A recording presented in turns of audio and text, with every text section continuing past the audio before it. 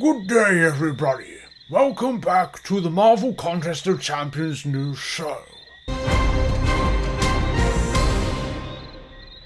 Champion deep dives are out for Infamous Iron Man and Titania. Sick and Tired is still pretty much bugged. You know, the Alliance Wars bug we talked about last week. Well, it's getting worse. Crystal Pool for next month's free crystal, whether or not it's Cavalier or Grandmaster, is revealed. We're going to look into that. And arena results and so much more to go over. Yo, what is up, everybody? Welcome back to the MCN for Monday. We've got a lot of little things to go over in the community and the contest. So let's, without further ado, get into it. Also, make sure to subscribe to the channel. Subscribing is free, so please do that. Also, put post notifications on all, and also hit the lick button. Yes, hit the lick button to lick this video. Thank you. Oh, just before we get into the show, just let you know that the Contest Round podcast is no more. We have changed our name, and we are back with the Battle Realm and Beyond podcast. So go and check that out. It's all the same thing, Marvel Contest of Champions. We will be doing MCU and we'll probably be doing some other things as well. So go and check that out in the link in the description if you want something to listen to for just about an hour while you grind out the game. So let's begin. First of all, starting off with the flexing crystals. As a lot of you know, we didn't really have the information right off the bat as to what champions will be included in this particular flexing crystal when it drops in the coming days. There are some really nice champions in there, like Aegon, like Angela, there's Captain Marvel, Colossus, there's even Hulk Ragnarok's good, Hercules, which is very, very good, Hyperion, Joe Fixit, Juggernaut, I love Juggernaut at the moment, Kingpin, that's a champion I really want to get. I don't have it and I'm really pissed off because everyone's like, use Kingpin, don't have him, oh damn it. You got Craven, who's still cool, Luke Cage, still cool. There's a lot of decent champions. Namor, She-Hulk, Thing, Thor, Jane Foster's kind of okay. Thor Ragnarok is the one I was thinking of a moment ago. Hulk Immortal, Tigra, Champion, Overseer. Again, another champion I really want to get. So yeah, there's loads of decent champions. I think this is probably, I don't want to jinx it, but I think this is the most kind of like solid, free Cavalier and Grandmaster Crystal for the context of the champions within it that I think I've seen in a long time. There's very few duff champions in it. Maybe there's like Drax, Elektra, OG Hulk, but to be honest, apart from that, Sentry to a degree, possibly, and as a short degree, there's not too many bad champions. It's all killer, no filler. Based on the volume of shards that you potentially can get, it could be about 16 of those attempts to try and get some of these champions. So next month maybe, or next update may be very fun for that. By the way, this is taken from my side quest video. This has in that particular video there is a spreadsheet, which is going to be something that's going to be worked on throughout the month, and especially with new kind of guides, information and stuff. So check out that video for the link in that description for a Google Drive link to this spreadsheet. Rintrah Bug update is the next thing to go over. As a lot of you know, back in July, latter point of July, this was a bug. We covered this in August, early and late August, and now it's at a point of like when a bug fix is going to be happening. Basically, as it says here, Rintrah activates root, the unstoppable activates, the opponent throws a special attack, the root stays as it should, but the unstoppable is removed. So it's just like, that's kind of like the current scheme of what's going on right now.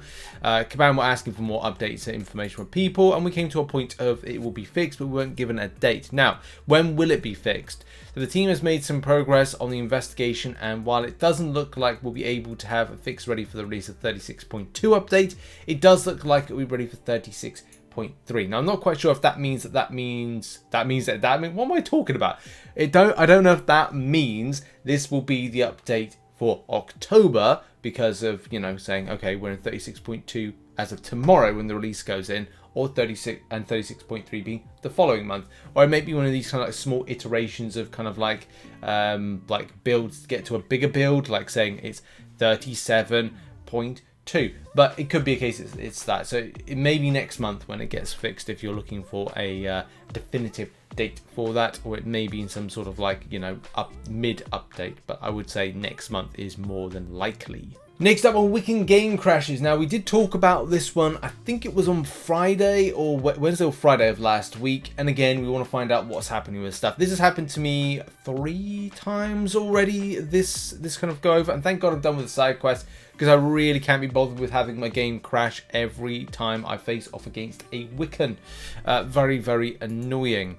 But yeah, at least I'm not the only one, so this doesn't seem like completely ridiculous for it. But you can definitely see when somebody were to go against Wiccan, which you can see right here on screen right now.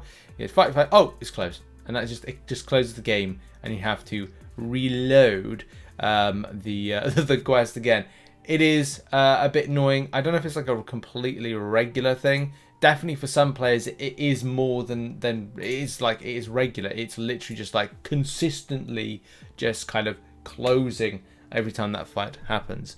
And definitely something that I'm hoping the game team do take a little bit seriously, especially as the team's looking into things and factoring in extra info provided. If anyone has any extra details on who they're using, I don't think it matters who you're using. It's just a case of if anything, it's the champion you're taking in to do the path. That would be the extra champion, unless it's going to be some of the other ones.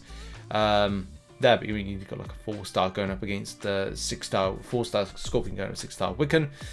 Any circumstances lead to crash, feel free to let us know. I think it's just down to it's at random. I don't know if you could attribute it to any kind of specific champion with it, because I've done different teams each time I've kind of gone through in a different quest rather than doing the same team. And yeah, so someone's saying I had Nick Fury, America Chavez, and others game crashes when Wiccans first make contact with any champion. So yeah, more people kind of seeing this. If you are seeing this, then if you think that you could add more information to this, then please do. Link is in the description down below.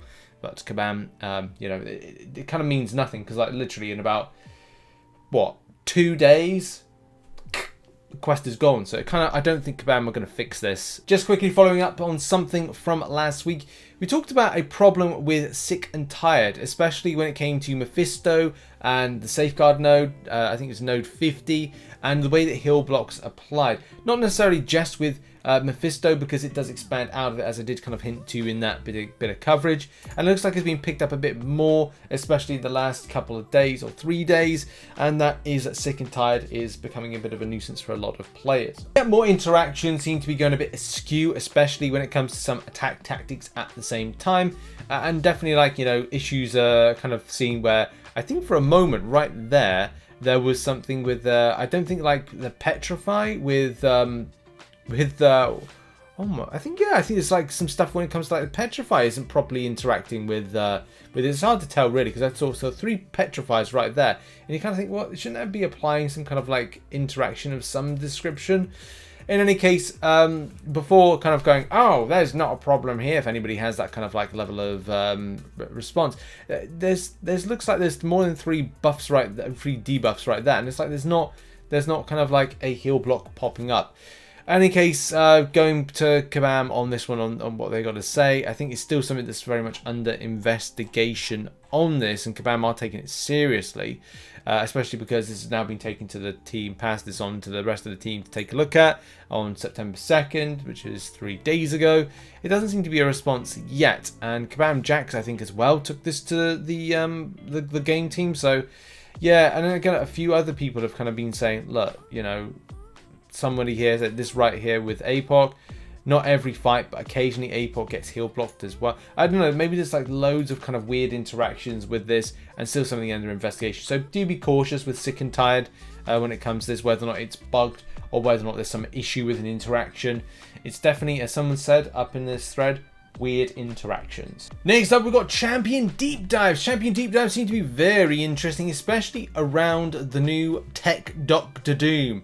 Especially with his signature ability, regeneration buff, healing 35% of max health over 10 seconds. That's mega to help out. And whilst personal armor up buff is active, Infamous Iron Man gains 942 block proficiency and energy resistance. That's nice. And while Aura of Iron is active, the opponent suffers 100% flat reduced unblockable ability accuracy. Now, I personally love a tech champion with a good chunky amount of regeneration and other stuff to boot, but the champion just excels further than that, especially when you're looking at things when it comes to a powerful and stonking SP2 damage. And this is what we saw with the champion reveal. When you go into this particular SP2 mode, you can just see how the champion just eat all just like mana of power. I love this champion so far. What I've seen is just phenomenal, and I really hope this is the first champion of the month, because it will be in the 6-star featured.